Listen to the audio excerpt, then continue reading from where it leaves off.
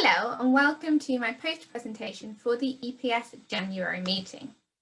Firstly, the introduction. A key component of sentence processing is binding, also known as unification or merge, which is a combination of the semantic and syntactic properties of individual words into larger structures to establish meaning. Understanding the neuroprocesses involved in binding is a central topic of sentence comprehension research. In this study, we aim to investigate the oscillatory signatures and brain regions involved in the syntactic aspect of binding. We compared the MEG activity of 24 participants during the comprehension of minimal sentences that required binding and word lists that did not require binding. We use pseudo-verbs in our stimuli because they follow the syntactic rules of a language but have no semantic meaning. This allowed us to specifically tap into the syntactic binding processes. In the binding condition, we paired a pronoun with a pseudo-verb with the correct corresponding morphological inflection. This signaled the binding of the structure into a minimal sentence, such as she grushes or I dodge, as is shown in the blue box. Even though these phrases make no sense semantically, they are syntactically acceptable in English.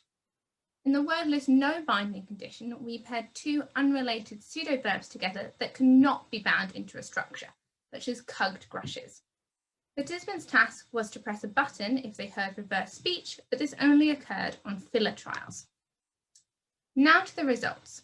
Firstly, we found increases in alpha power surrounding the presentation of the target word, brushes, for example, in both conditions. But critically, immediately preceding and following the target word, this increase in alpha power was less pronounced in the syntactic binding condition, so she grushes, compared to the wordless no binding condition, so cugged grushes.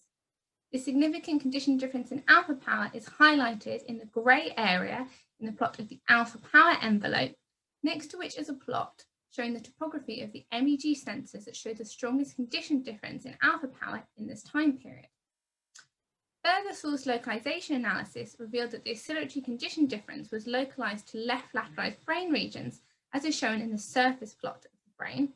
Moreover, as is shown on the plot of the sliced brain, the strongest condition differences were found in the left inferior frontal gyrus, left angular gyrus, the left middle and inferior temporal cortex, and the left anterior frontal gyrus.